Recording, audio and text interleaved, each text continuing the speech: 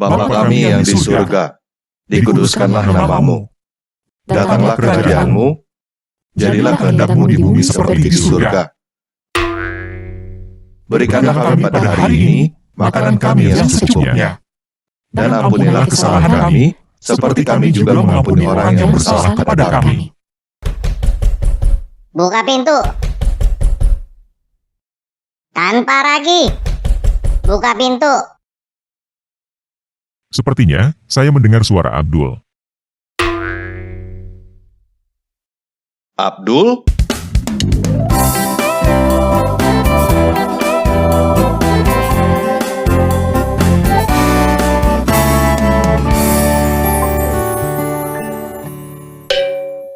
Tanpa ragi.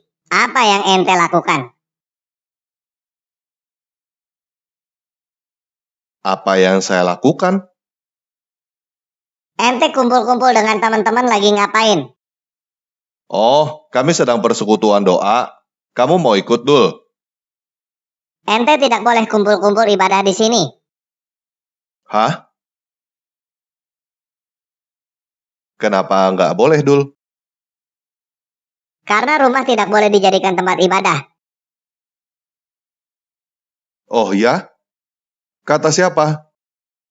Kata Undang-Undang Nomor 26 Tahun 2007 tentang penataan ruang Pasal 70 Butir 1. Setiap orang yang memanfaatkan ruang tidak sesuai dengan izin pemanfaatan ruang dari pejabat yang berwenang sebagaimana dimaksud dalam Pasal 61 huruf B dipidana dengan pidana penjara paling lama 3 tahun dan denda paling banyak 500 juta rupiah. Pasal 61 huruf B, dalam penataan ruang, setiap orang wajib memanfaatkan ruang sesuai dengan izin pemanfaatan ruang dari pejabat yang berwenang. Penjelasan, memanfaatkan ruang sesuai dengan izin pemanfaatan ruang dimaksudkan sebagai kewajiban setiap orang untuk melaksanakan pemanfaatan ruang sesuai dengan fungsi ruang yang tercantum dalam izin pemanfaatan ruang. Coba baca yang benar, Dul. Di situ tidak ada larangan untuk beribadah di rumah. Pokoknya rumah tidak boleh dijadikan tempat ibadah. Emangnya kamu nggak pernah ibadah sholat dan baca Al-Quran di rumah kamu? Jangan disamakan. Ente beramai-ramai. Itu mengganggu ketenangan warga. Kamu tidak merasa pernah sholat atau pengajian baca Al-Quran bersama teman-teman kamu di rumah seseorang?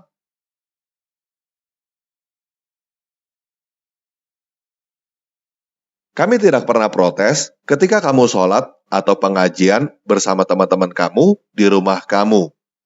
Kenapa kamu protes ketika kami berdoa, bernyanyi, dan membaca Alkitab di rumah kami?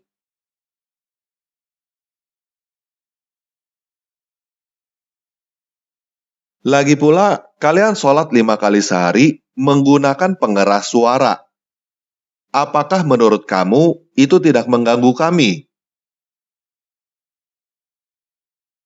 Itu di masjid. Kamu sholat 5 kali sehari dengan pengeras suara, dan kami tidak boleh merasa terganggu.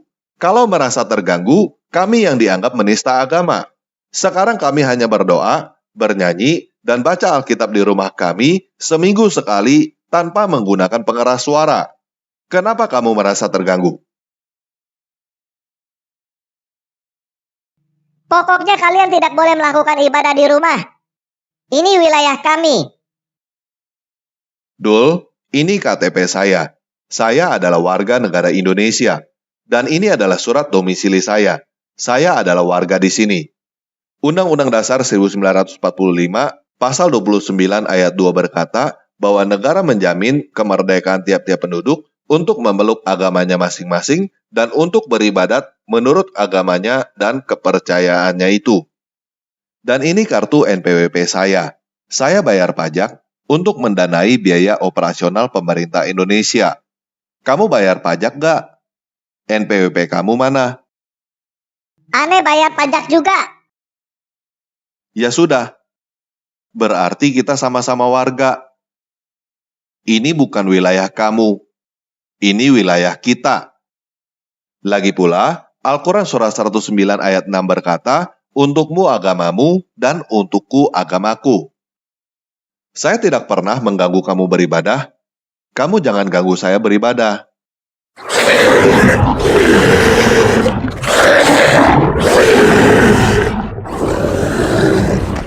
Pokoknya ente tidak boleh beribadah di sini.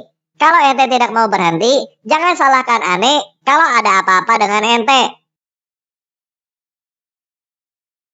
Dul, Kitab Undang-Undang Hukum Pidana terbaru yang disahkan pada tanggal 6 Desember 2022, pasal 305 butir 2 berkata, setiap orang yang dengan kekerasan atau ancaman kekerasan mengganggu, merintangi, atau membubarkan pertemuan keagamaan atau kepercayaan dipidana dengan pidana penjara paling lama 2 tahun atau pidana denda paling banyak kategori 3. Butir 3 berkata, setiap orang yang dengan kekerasan atau ancaman kekerasan mengganggu, merintangi, atau membubarkan orang yang sedang melaksanakan ibadah atau upacara keagamaan atau kepercayaan dipidana dengan pidana penjara paling lama 5 tahun atau pidana denda paling banyak kategori 4.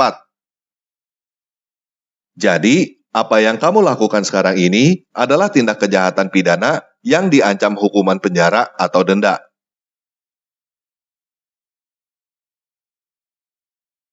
Tapi itu baru berlaku 3 tahun lagi. Bener, Dul. Sekarang ini adalah masa sosialisasi. Jadi, ini saatnya saya hanya memberi peringatan kepada kamu bahwa apa yang kamu lakukan adalah tindak kejahatan pidana. Oleh karena itu, saya hanya memberitahukan kamu supaya kamu berhenti mengganggu, merintangi, atau membubarkan pertemuan agama atau orang yang sedang melaksanakan ibadah. Jika hukum itu sudah diberlakukan, saya bisa langsung menghubungi pihak yang berwajib untuk memenjarakan kamu.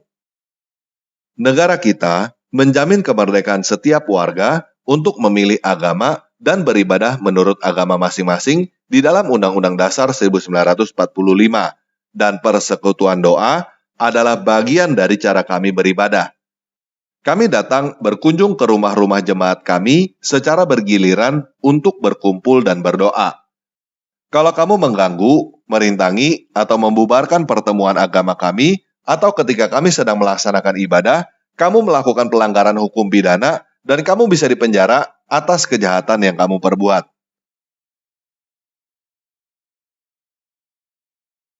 Jadi, bagimu agamamu, bagiku agamaku. Kalau kamu dan teman-teman kamu tidak mau ikut persekutuan doa kami, kalian dipersilakan untuk pergi dan jangan mengganggu ibadah kami.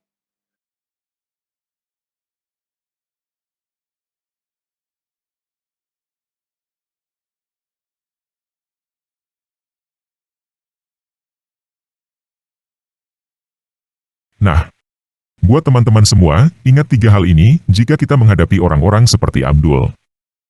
Yang pertama, kita semua adalah warga negara Indonesia yang setara di mata hukum.